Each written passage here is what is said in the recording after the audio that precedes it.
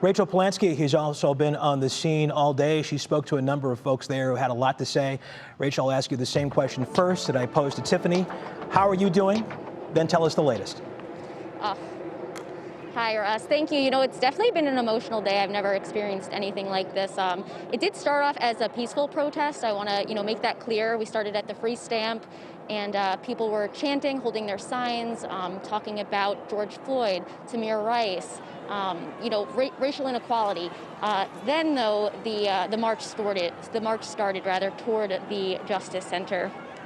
And that's when protesters began throwing water bottles and other objects, and we heard loud noises, police firing pepper spray into the crowds. That continues now.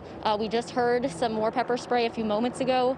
There were also police cruisers that were set on fire. Here's what some protesters had to tell me. This is what he drew. Right here. I said, "What are you drawing?" And you can tell what he drew.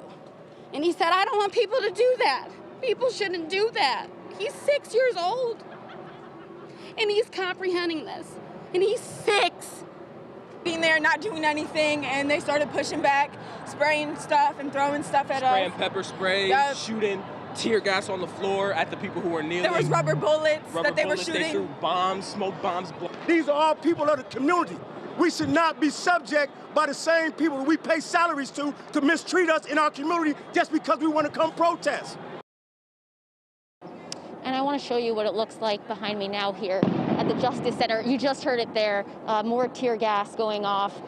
It is getting harder to breathe. That's why we're back here a few blocks up. A lot of people are coming back complaining of their eyes, they're coughing. Something else that we thought was very interesting earlier, and we'll have more on that for you online, inmates in the Cuyahoga County Jail were banging while protesters cheered, "We hear you," and "Black Lives Matter," and you could hear the inmates banging from inside their cells in the Cuyahoga County Jail.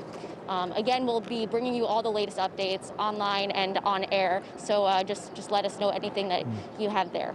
Okay, Russ, Rachel, back to you go and get safe just as fast as you can. Thank you so much for your report. We're glad you're doing well.